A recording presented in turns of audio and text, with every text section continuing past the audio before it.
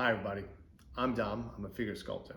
This is a beginner's tutorial. In this tutorial I'm going to show you the different types of clays that I use, the effects of those clays, and how to use them in figure sculpting. I hope you enjoy it. Okay, so our first contender here is polymer clay. And the polymer clay of choice that I use is Sculpey. Specifically, I use Super Sculpey. Super Sculpey, in my opinion, holds more detail. It's easier to work with. I have two examples here. I have Super Sculpey and Super Sculpey Medium. The medium holds a little bit more detail than the regular Sculpey, but the regular Sculpey is easier to apply. So for example, the dragon that I'm working on here, he's not quite done yet.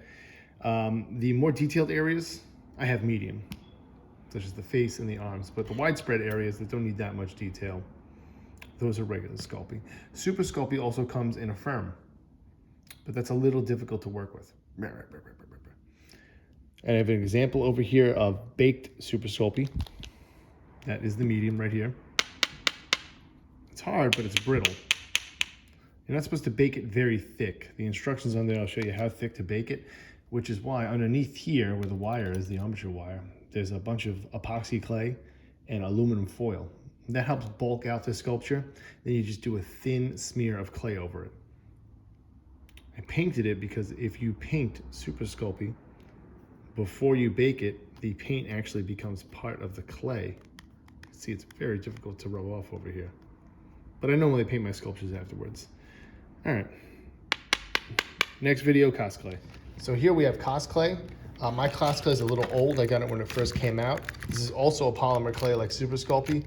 But the cool thing about this is that it is flexible. So you can see I baked it and it is very flexible. This Super Sculpey that I showed you before, zero flex. This guy over here, super flexible. I use this for wings, horns, things like that. So you can kind of see a little dragon I have over here. Something like the tips of the horns. Great for cosplay. The face, that's regular Super Sculpey right there. And then you have the beige, the regular Super Sculpey over here because it's a little bit easier to play with. That is Cosplay. Really fun stuff. I don't know if it's available in any retail stores though. All right, move on to the next. All right, this one is Epoxy Sculpt. This is awesome. Some of my favorite sculptors, the Schiffel brothers, use this exclusively. It's an A and B. So you mix up even balls of clay, mix them together, and then you have about, I'd say about 4 hours to really get that sculpture in before it turns rock solid. So for an example, this is a piece that was made with Abe's Epoxy Sculpt. And you can hear it. It's like a piece of stone, and this would take a lot of force to snap in half. So you can make an entire piece out of it. An entire sculpture out of this, and it would be very sturdy, but there's gonna be a lot of cutting away and adding because it's a little difficult to get the proportions right immediately. This is an example of something that I'm making that's out of Abe's Epoxy, and sometimes I have to snap bits off and resculpt them, but the dragon's like a rock, and then the face is made out of polymer clay. I do that a lot. I combine different types of clays into one sculpture. Once again, you don't have to bake this at all. It's just gonna air dry. 4 hours, like a piece of stone. Takes to paint very well.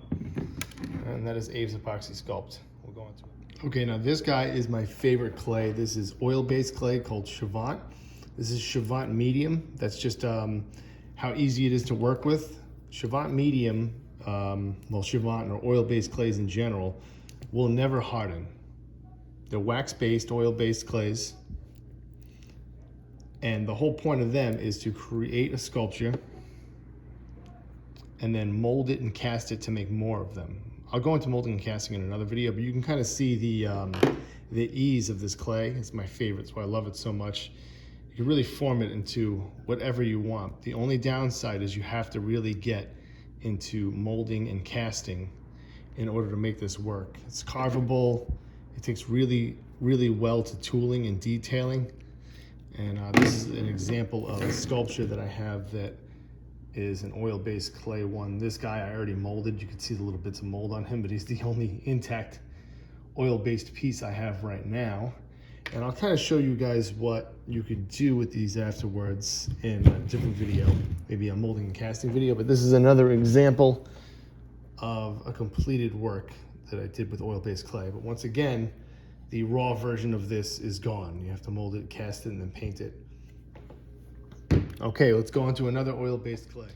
This is Monster Clay. Monster Clay is very similar to the clay that I showed you before. It is oil and wax based. This one I think has a lot more wax in it. This is probably my second favorite clay. It's very easily carvable, kind of like an actual wax. It has to be heated up to be worked with, and that goes for the Chavant clay over there. You need to heat it up. And if you heat this up too much, it turns liquid. So you can do a lot of fun things with this. Basically the same principles as Chavant, it just handles a little bit differently. Everybody has their own opinion on which oil-based clay they like more. And believe me, there's a lot more oil-based clays than the two that I'm showing you right now, but these two happen to be my favorite. All right, and then we're going to another clay. Okay, this is water-based clay. A lot of people use this for pottery, firing. Some people sculpt with it. I find it a little difficult, even though it's very easy to use and very malleable. I don't have a kiln. I have no way to bake this kind of stuff, and I'm not really informed on the ways to use water-based clay. Normally I use this to build walls when I'm molding and casting, but a lot of people use water-based clay or wet clay in sculpting. The problem is it dries out and it starts to crack, so you have to keep that covered or in a bag with water in it to keep it malleable, or else it's just gonna dry out and become very brittle. So if you guys want any more information on water-based clay, I'd go to another video because this is really all I have, but it is a very good clay. Okay, so the last clay I'm going to talk about is epoxy.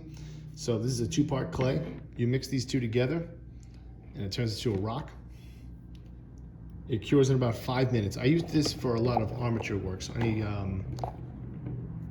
any wires that are sticking out of these guys, I usually stick them in there together with that type of clay. It can be used for many other applications. I know a lot of people use this to make teeth. Good stuff. I always have some of this around. Thank you so much for watching, guys. I really appreciate it. If you have any questions about any of the clay, feel free to check out my page, Dom Draven. I'm also very active on Instagram. Take care.